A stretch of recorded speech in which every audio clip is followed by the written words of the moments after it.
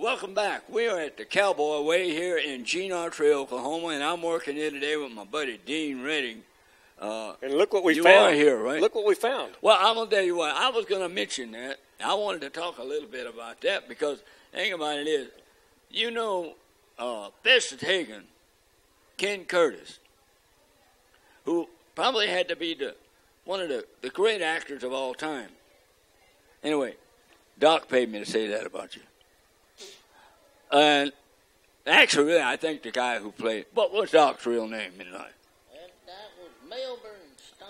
Well, you know what? Now, I got to say one thing. He had to be a great actor to put up with old Festus. What do you mean by that? Well, because Festus was always giving him a hard time. Well, look at it. I mean, look at Festus. I mean, you look at him. A man rode a mule.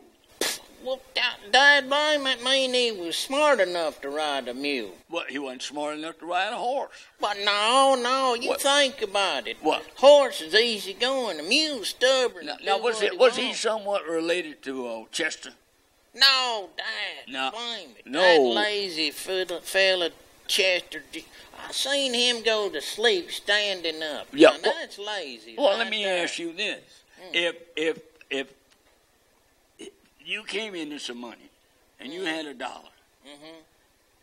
did you actually go out and buy a lot? No,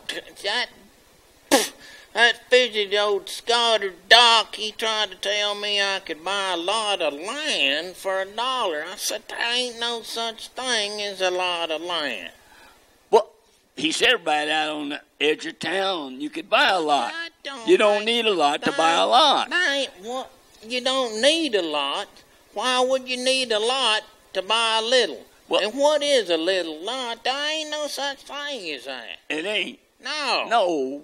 I just wanted to buy him a beer, and that pill-pushing tightwad started that business. You talk about all that stuff that he did that you said he overcharged people. Well, yeah, he gouged a fella. I went to see him about this little ache in my knee. Yeah. He charged me $5 and said there ain't nothing wrong with it. Now, who does that? Well, wait a minute. He charged you $5 to tell you there's nothing wrong with your knee? That's right. That gouged me every time. So what do you think he would have charged you if he'd have checked your brain? Well, I'll tell you what, that would have been a lot of money, right? Well, there ain't no problem with my brain. He'd been out in the sun too long. Is that what it was? Right yeah. There. Right, Dad blame there. Yeah, well, I'm going to ask you about your relationship with Matthew. Oh, all right. So you know, that's what you always called him. You never called him Matt. No, I look up to Matthew. Yeah. He's a good fella, I'll tell you that. And, you can count on him. And your job on Gunsmoke. What was your job? What did you actually do? Well, I see you got a badge on. Well, you see, now, I'm the fella what just kind of hold everything together. You know, really? Matthew had things he had to do. Yeah. And he had things that he couldn't do, and Newley had his job. He couldn't be there, so somebody had to watch over the whole thing. Well, that was fast. That was you? That was me. Now, how fast was you with a gun? Well, you're fast enough. Fast enough? Yeah. That you're still living? That's the point right there, I tell you what. All right. I'll tell you what. I want to ask you about that bathroom scale that the Duke's wife bought him. Oh, yeah. How did that work out? Did the Duke... It went from, 0 to 200? Well, that for my birthday, my wife asked me, well, what do you want for your birthday? I said, well, I don't care, honey. Just as long as I got something in that garage that goes from 0 to 200 in less than 6 seconds, And I got out to that garage the next morning, and there sat that bathroom scale. I didn't think it was that funny. Well, I didn't think you would. But I don't know. She put up with you, Duke. Well, she's a good woman, I'll tell you that. I'll tell you that. I don't know how many there were. They were all good women. All good women. Yeah. Otherwise, they wouldn't have been Mrs. Wayne. What, of all the movies you did, Duke, what was your favorite?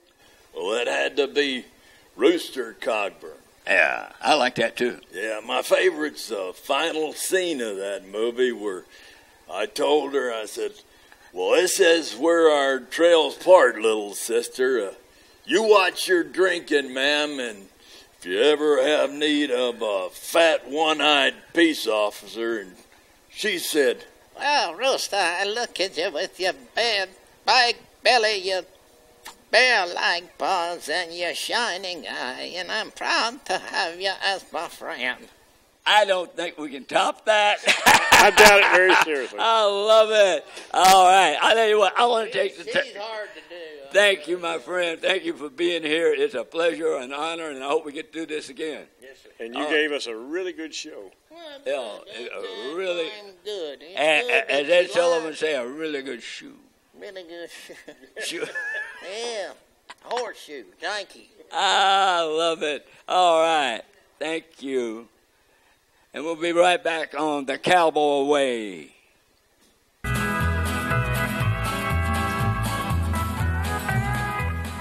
Howdy, folks. My name is Jim Hoffpauir. Today I'm out here with Danny Boy, out here at the Crossroads Ranch. My request is this. Have you signed up to be an organ donor? And have you talked this over with your loved ones so that they know your desires? That is a gift that only you and God together can give to those in need. So, till we meet again, good luck, God bless, and we'll see you at the Crossroads. Let's go, Dan.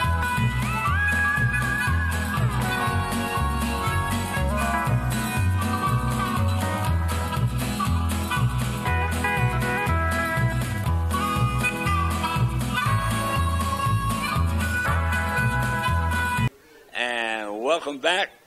Dean and I are here with a very special guest here at the Gene Autry Museum at the...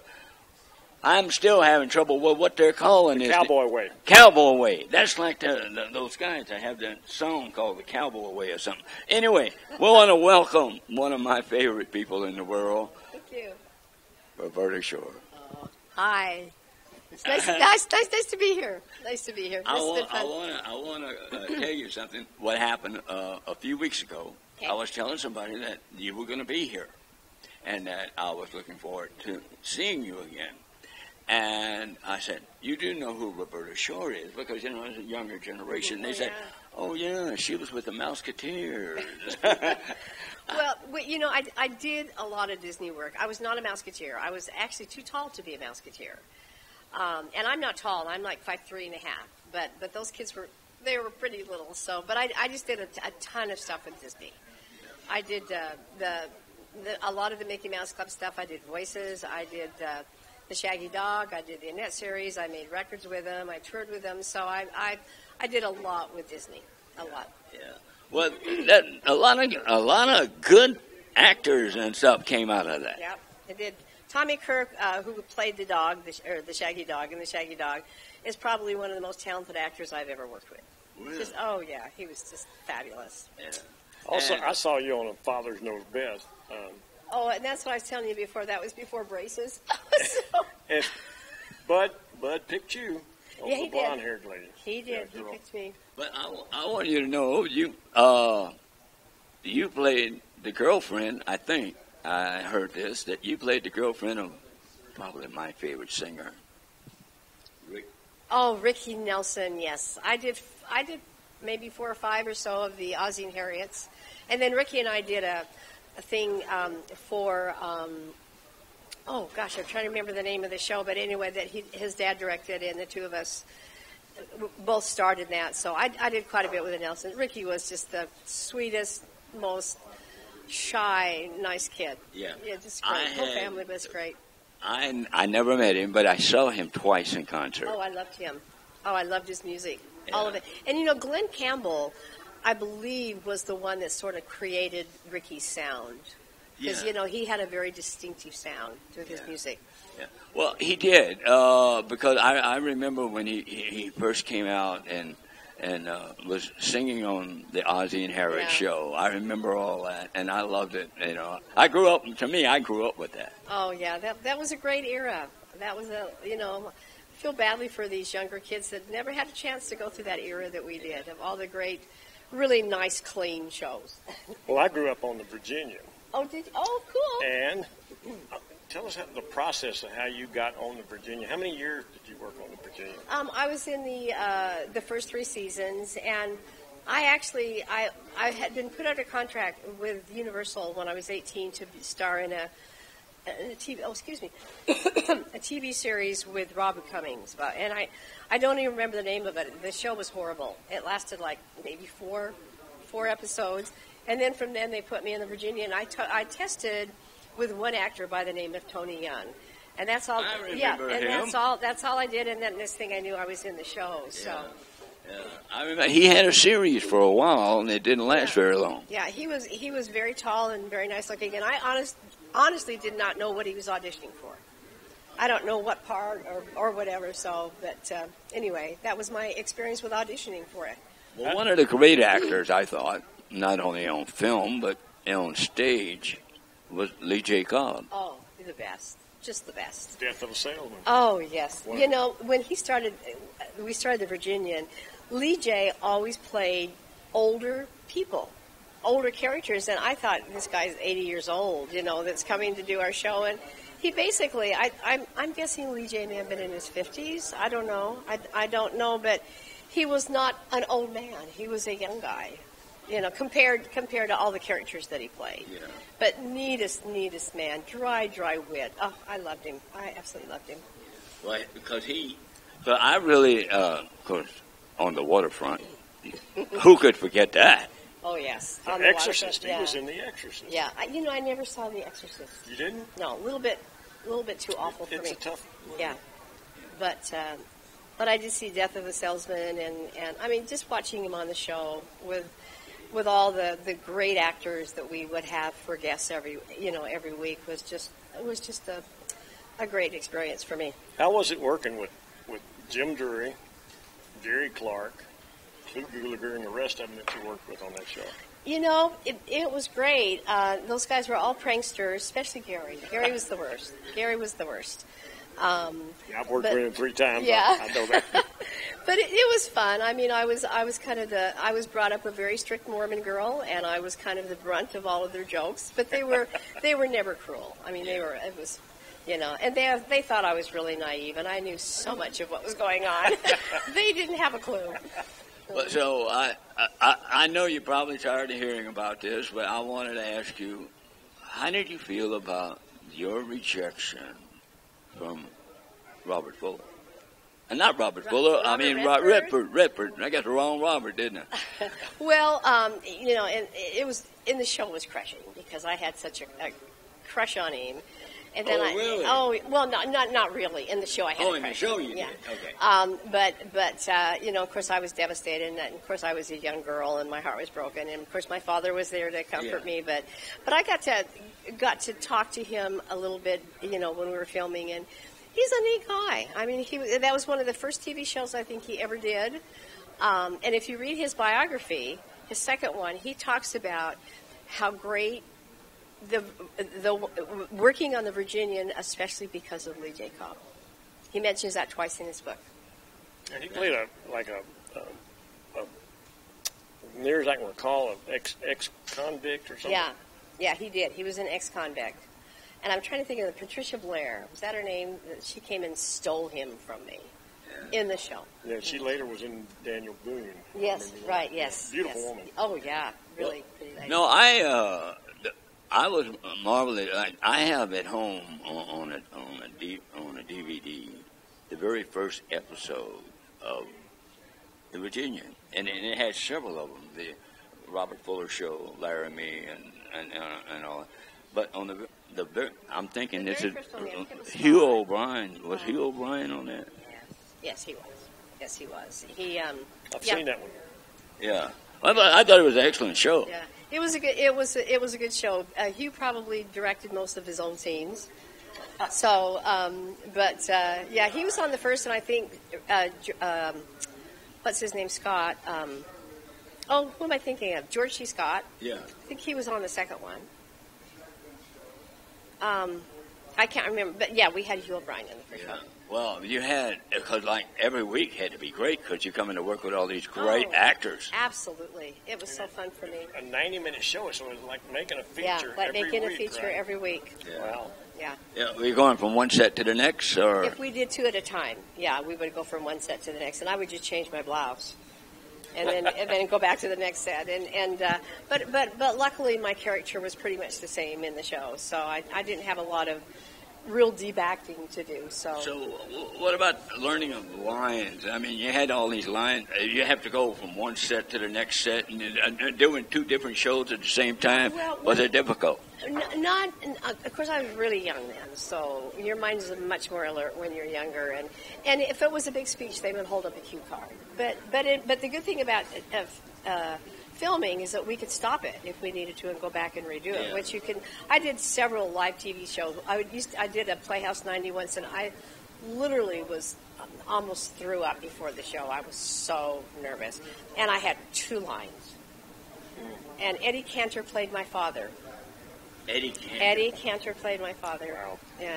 Oh my God! Yeah, That is a story to talk Yeah, about. And there was another actor, I can't think of his name too, that played my brother in it. So, but boy, those were scary. Those were scary. Were you an experienced horseback rider No. before you went on to Virginia? No, the only horseback riding I did was in the stables when you were kids, so no, I was pretty afraid of horses, so I didn't do a lot of my own horseback riding. Well, it seemed like on that radio interview, I heard you say, "Well, when you saw me riding, it was the other person." It was my double. Yeah. It was my double. I had a great double. Yeah. I would get off and on the horse, and I could canter a little bit, but boy, when it came to galloping, and horses know when you're afraid of them. Yeah. They know when you're Oh, they do. They sense the fear. They sense the fear. Yeah. Yeah. And they sensed it from me, so I didn't. Well, I heard somebody else say that the other day, Neil McCoy. I don't know if you know Neil McCoy.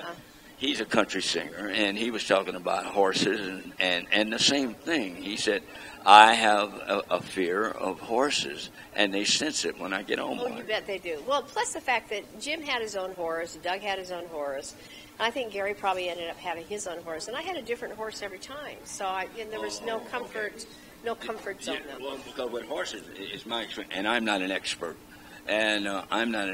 But my experience with horses is that you build a bond with one. Yeah, you do. Yeah. I guess you do.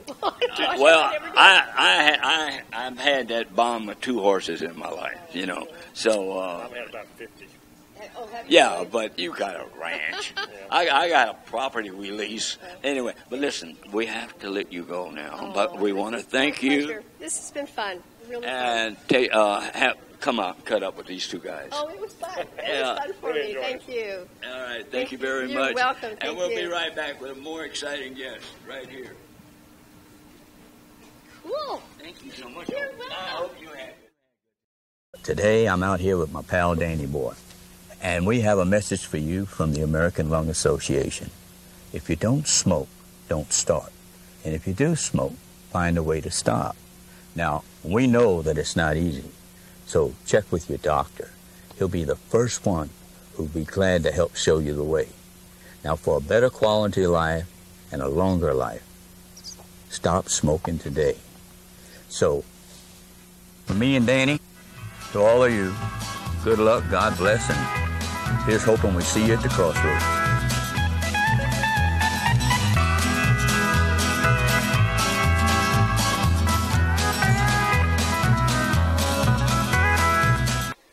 All right, and welcome back to the Cowboy Way. We are in Gene Autry, Oklahoma, and I'm sitting here next to a young man who is representing one of my cowboy heroes, Bob Steele.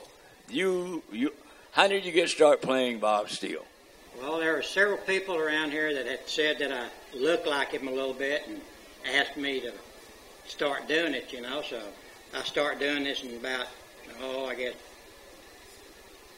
2010. We've been doing it. Some of them have been doing it longer than I have. They started it in 1991 with the Lone Ranger, and that they started doing the look-alike. So we have a whole group with everybody. We have a Matt Dillon look-alike. We have Gabby Hayes. We have John Wayne. We have a guy that looks like Rooster.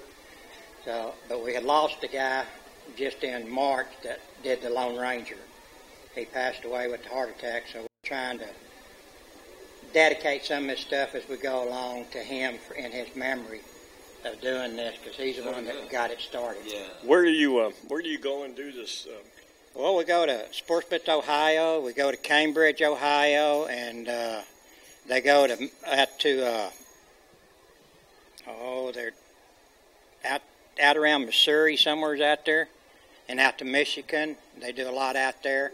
You ever been to the Winterset, Iowa? No, I hadn't been to John Wayne's home. Yeah. Wouldn't that be a good one? It would be a good place to go. Yeah. Speaking of John Wayne, Robert N. Bradbury was Bob Steele's dad. Right. And he directed a bunch of those John Wayne movies. He directed about 12 of them, I believe it was. Yep.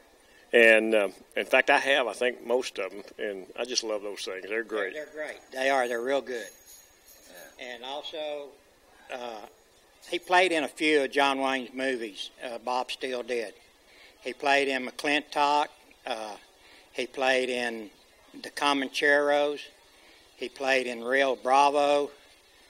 He played with Artie Murphy. He played with Clint Eastwood. Hang 'em high. Right, Hang 'em high. He was Mr. Jenkins, the old man, and he played in a Roy Rogers movie called The Carson City Kid, where he was kind of a bad guy. He was supposed to kill Roy Rogers' brother, and Roy was out looking for him to find out who he was, and he was a saloon keeper, and Roy kind of figured it out. Yeah, I love those old Roy Rogers movies too. They're all good. Yeah. Well, I was gonna talk. I had mentioned to you earlier, but I remember I was so impressed with the performance he gave on Then Came Bronson, which was one of my favorite television shows, where he was supposed to be this mean, big, bad guy who was in prison, and the whole town feared him. Right. And then he was getting out of prison, and he comes up in the bus ride, and everybody's watching it. And all of a sudden, this little man gets out. A little old short man, about 5'4", steps off the bus. Yeah, and that was so impressive because the storyline had really built it up about how big and how bad this guy was. Yeah, he was only 5'4", and they had to add stuff to his boots to make him a little taller. Yeah. I saw him in a lot of movies. He looked like he was a pretty good rider. Was he a real good horseman? Well, I can tell you this. Roy and Gene kindly didn't like it because he could outride them, he could outshoot them, and outfight them. Because Bob Steele kindly was a boxer. I heard that. He liked to box a lot. And his brother, Bill, always said that he should have stayed with boxing because he could have made more money than he did in the movies, but he picked the movies to do. So most athletes are good horsemen. Yeah, they are. He was.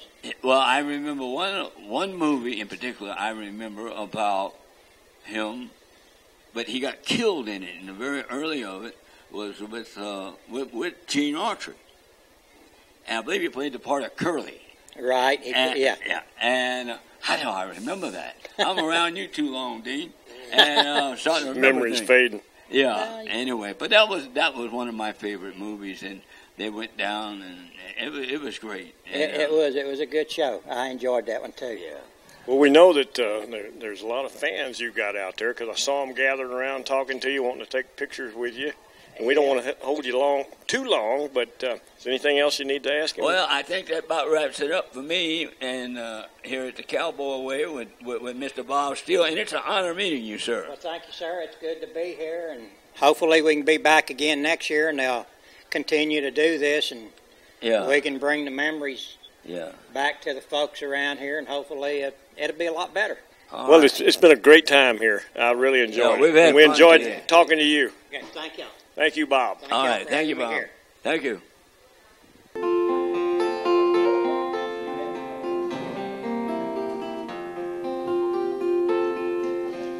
We're the best partners this world's ever seen. Together, as close as can be. But sometimes it's hard to take time in between to tell you what you mean to me. You are the rose of my heart. You are the love of my life. A flower not fading or falling apart. You're my harbor in life's restless storm. Rose of my heart.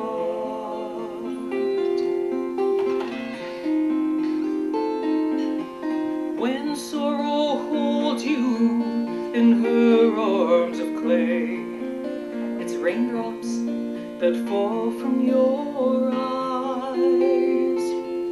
Your smile is the sun come to earth for today. It brightened my darkest of skies. You are the rose of my heart. You are the love of my life. A flower not fading or falling apart. If you're cool, let my love keep you warm. Rose of my heart.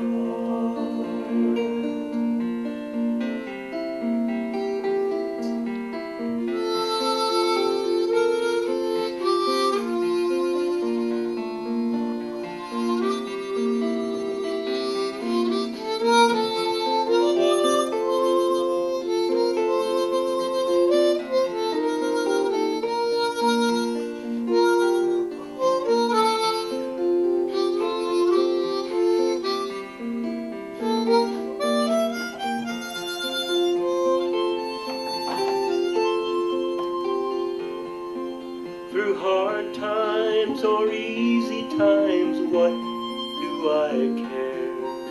There's nothing I'd change if I could. The tears and the laughter are things that we share. Your hand in mine makes all times good.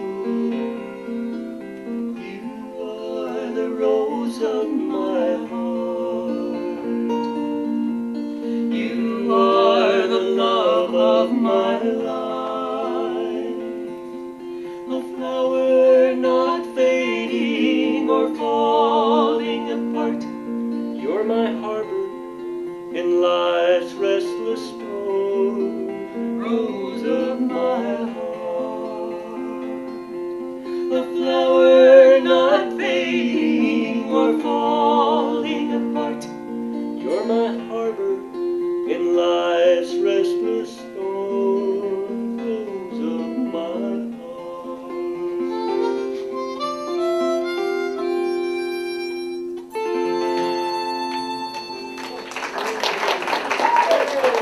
So, till we meet again, good luck, God bless, and we'll see you at the crossroads. Let's go, Dean.